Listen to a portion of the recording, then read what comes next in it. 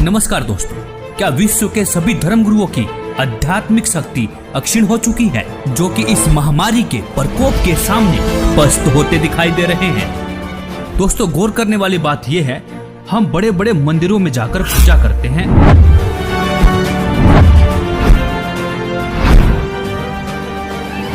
मस्जिदों में जाते हैं, तीर्थ व्रत उपवास करते हैं, धर्मगुरुओं से दीक्षा लेकर भक्ति भी करते हैं। आखिर किस लिए? अपनी रक्षा के लिए ना।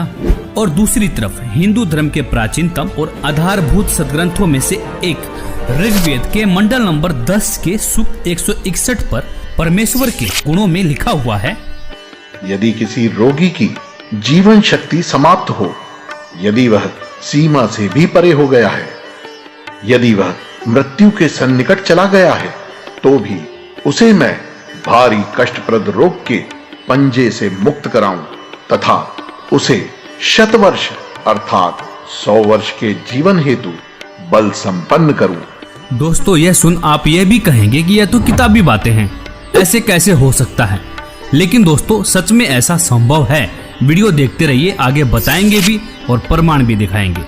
यदि भगवान ऐसे लाभ नहीं दे सकता तो पवित्र वेद भी झूठे पड़ सकते हैं।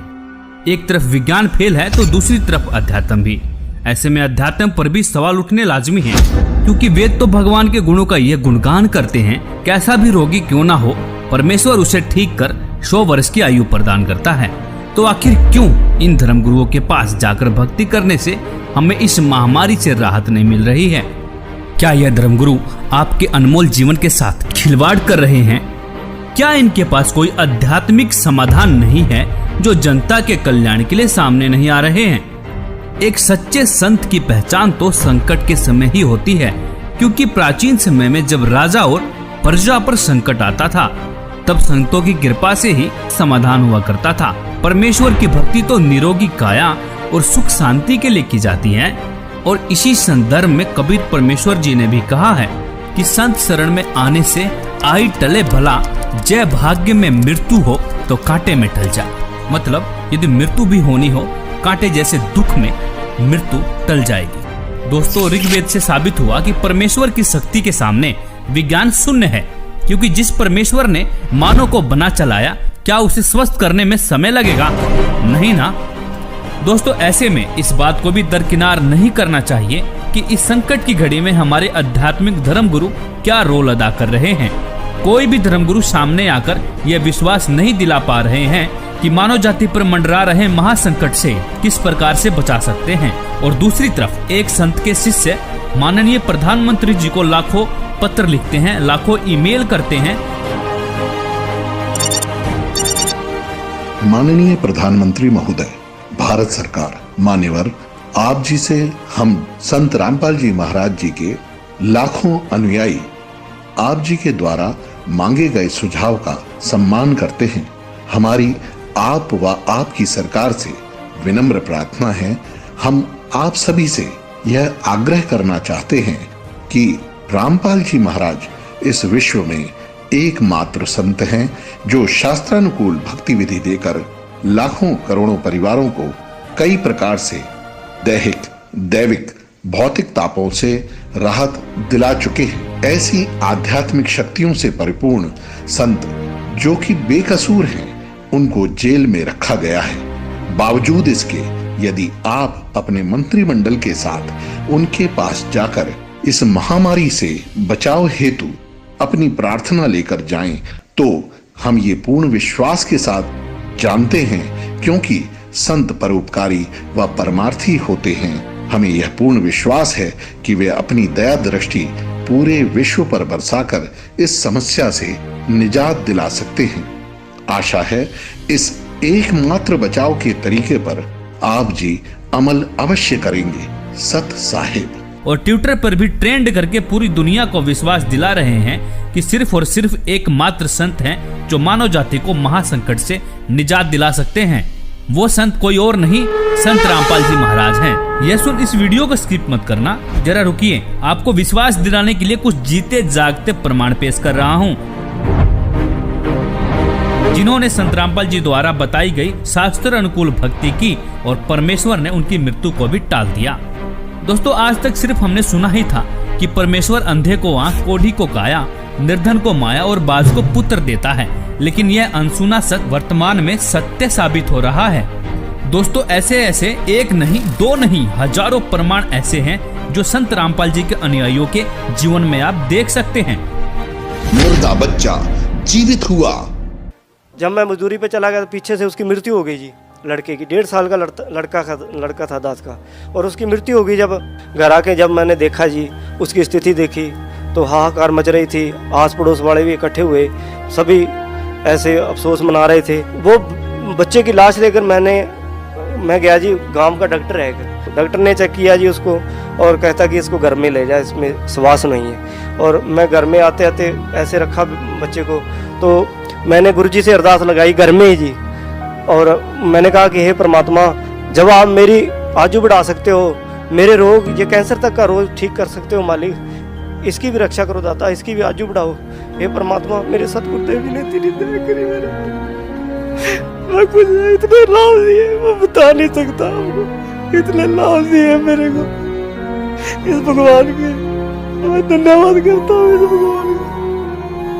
मेरे बच्चे की आजू बढ़ाई, उसी तरह हम जिंदा हो गया जी गांव के सामने, सभी देख रहे। जितने मेरे को गालियां देते थे उस ग्राम में, वो कहने लगे कि आपके संत में बहुत शक्ति है, वो पूर्ण संत। आज मेरे गुरुजी की कोई निंदा नहीं करता मेरे गांव में। मेरे को इतने लाभ हुए जी, मेरे कैंसर का रोग ठीक किया, मेरी आजू बढ़ाई मेरे परमात्मा ने। और घर में ऐसा होता था जी, हमारे खाने को आटा नहीं होता था और हम मांग मांग के खाते थे, काम भी करते थे, फिर भी बीमारी के कारण हमको मांग के खाना पड़ता था। जब से मैंने नाम लिया, मालिक ने बहुत सुख दिया। दे दिया डॉक्टर ने जवाब, फिर कैसे ठीक हुआ बिना दवाई के ला इलाज कैंसर? बोले ये बीमारी ठीक होगी, ये कैंसर है, इसको हम ऑपरेशन नहीं कर पाएंगे और ये और बढ़ जाएगा। जी क्या ये कह रहे हैं कि संत रामपाल जी की भक्ति करने के बाद ये फोड़ा अपने आप फूट गया, अपने आप ठीक हो गया, अपने आप ही इसी से ले ली, ये सब अपने आप हुआ है? कुछ ऑपरेशन वगैरह डॉक्टर ने? कोई एक पैसे की दवा नहीं करा, आप यार ठीक है। और कति ज्ञान सुनकर समर्पित हो जाओगे तो आपकी कैंसर का बाप भी ठीक हो जा। भगवान किसे कहते हैं? वाह भाई वाह।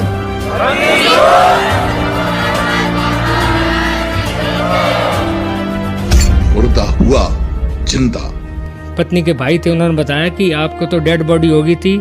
जिस समय डेड बॉडी, उस समय पूरे हॉस्पिटल में मतलब ये विषय का रहा कि वो ख़त्म हो चुका, और हर जगह मतलब ये बता दिया गया कुलवंत दास जी मृत्यु घोषित हो गया। मेरे घर में भी आना जाना, रोना धोना हो गया था।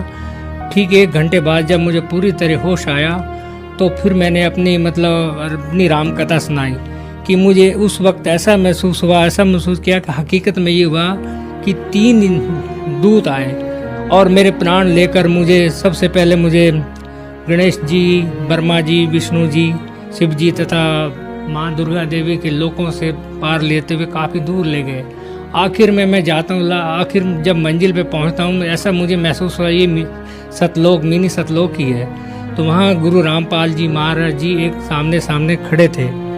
मैंने जब देखा तो उन्होंने मुझसे कहा, बेटा की भक्ति अधूरी है, तो आपको मैं एक मौका और भक्ति का देता हूँ, आप अपना जीवन सफल हो जाएगा। उसी वक्त गुरु संत रामपाल जी महाराज जी ने कबीर का रूप दिखाया। उसके बाद मुझे वहाँ से तीनों यमदूतों ने वहाँ से एक धक्का दिया, और धक्का देने के बाद मैं जब यहाँ से आंखें खुली तो मैंने एकदम अपने आप को देखा, मैं पसीन से तर हो गया। तो मेरे पूरे पीठ पे नीले निशान पड़े थे। दुर्घटना में मौत, जीवित किया। बड़ा लड़का था मनोज नाम का, उसका मेरा बल्लमगढ़ में आके एक्सीडेंट हुआ शाम को 7 बजे। जब भी लड़के को ऐसे लिटा दिए, मेरे सर पे से चादर उतार दिए, सोल उतार कर उसको ढक दिए और अंगूठे दोनों बांध दिए लड़के के, जैसे संसारे में बांधते हैं। बांधने के बाद हम फिर मैं संत रामपाल जी महाराज से प्रार्थना लगाई, हे मालिक, मैं जय गुरुदेव की भक्ति से गई थी, पति को खो के गई थी, मैं पति खत्म हो गए थे, उसके बाद में आपकी भक्ति ली थी, ये होने वाला था, तो आप इसकी शादी क्यों की? फिर बहू ने फ़ोन मिलाया कि आप कहाँ पे हो? मैं बोली हम ठीक हैं, हम कहाँ पे नहीं हैं, तू घबराए मत। तो बहू बोली नहीं, कुछ ना कुछ बात हो गई है, मेरे को क्यों छुपा रहे हो मेरे से, मेरे वीडियो कॉलिंग पे बात करवाओ। जब मैं गुरुजी को प्रार्थना लगाई झोली पसार के कि मालिक ये क्या होने होता, गुरुजी वहीं पे प्रकट हो गए। संत रामपाल जी महाराज प्रकट होके और लड़के को सोते हुए को आशीर्वाद दे के उठाए। फिर उसके बाद मेरे को आशीर्वाद दिया गुरुजी ने। फिर उसकी सास आई हॉस्टल के अंदर, बोली अपने गुरु को नहीं छोड़ेगी। मैं बोली मैं नहीं छोड़ूंगी गुरु को, मैं सबको छोड़ दूंगी, गुरु को नहीं छोड़ूंगी। गुरु के पीछे तो संत रामपाल जी महाराज के पीछे तो आज ये बेटा जिंदा है, नहीं तो मेरे बेटे को रात को ही मैं खो देती, आज मट्टी लग जाती। डॉक्टरों ने जैसे देख लिया तो भाई बिल्कुल जीरो रिपोर्ट, नब्ज नाड़ी कुछ भी नहीं है। उसके बाद में सुमरन जैसे संत रामपाल जी महाराज से अर्जी लगवाई तो इनको होश आया, तो डॉक्टर भी एकदम से अचंभित रह गए कि ये क्या चमत्कार है। एक तो रिपोर्ट 0-0 बता रही है और एक इनको आधे घंटे में ही होश आ गया, ये तो बहुत बड़ा चमत्कार है। तो चमत्कार को देख के सारे डॉक्टर सारे अचंभित रह गए कि ये तो कोई बहुत बड़ा चमत्कार है। तो ये संत रामपाल जी महाराज का चमत्कार है जो कि हम सतभक्ति करते हैं। और इन्होंने जीवन दान दिया, एक मौत के मुंह में से निकाला इनको, रुपेश दास जी को। क्या नाम है बहन जी आपका? कमला दासी है जी। मेरे घर वाले को 2014 में 10 अक्टूबर को पैरालाइज का अटैक पड़ गया था, बिल्कुल ख़त्म हो गए थे। तो बेटे के याद आई कि सतलोक आश्रम फ़ोन मिलाऊं। जब फ़ोन मिला तो किसी भगत ने फ़ोन उठाया वहाँ से, उन्होंने कहा बेटे ने, मेरे ने रोते रोते बड़े बेटे ने, ये भगत जी बात करा दो परमात्मा से, मेरे पापा ख़त्म हो चुके हैं पैरालाइज का अटैक पड़ के। तो भगत जी परमात्मा से बात कराई, परमात्मा ने कहा बेटे बंदी छोड़ दया करेंगे, दंडवत करके अमृत जल और प्रसाद दे दे। तो भगत जी मालिक ने इतनी दया करी, संत रामपाल महाराज जी ने, इतने बेटे का फ़ोन भी नहीं कटा। इतने तो मेरे घर वाले ने यूँ कह दिया बेटे मैं बाथरूम करने जाऊँगा। बाथरूम करके भगत जी गली में टहल के आया, गली से टहल के घूम घाम के फिर घर में आया। परमात्मा ने इतनी दया करी, हमारे पूरे घर में रोआ राहट मच गया था, ख़त्म हो चुके थे, बिल्कुल एक मिट्टी पड़ी थी घर में। इतनी दया करी मालिक ने, मैं आपसे बता नहीं सकते, हमारा सारा कुनबा रोआ राहट मच गया था घर में। उसके बाद भगत जी सुबह गए सतलोक आश्रम, तो परमात्मा दर्शन देने आते हैं, सर पे हाथ रख के कहते हैं कौन मरा है, अभी नहीं मरा है, भक्ति कर बेटे दब के। उसके बाद सर जी आपको क्या बताऊं, इतनी दूर बेटा खड़ा था, उससे कहा भक्ति कर बेटे कौन मरे तेरा बाप। जो 3 हार्ट अटैक हो चुके थे उससे पहले तो डॉक्टरों ने ये कहता था इतने जिएंगे, इतने ये दवाइयाँ खाते रहेंगे। आज 7 साल होने को है भगत जी, सारी दवाइयाँ छुट्टी हुई उनकी, 4 बार पैरालाइज हो लिया, 3 हार्ट अटैक, 7 अटैक कम नहीं होते भगत जी। आपको क्या क्या लाभ बताऊं, मालिक ने इतनी दया कर रहे हैं, संत रामपाल महाराज जी ने पूरा जीवन दान दे रखा है।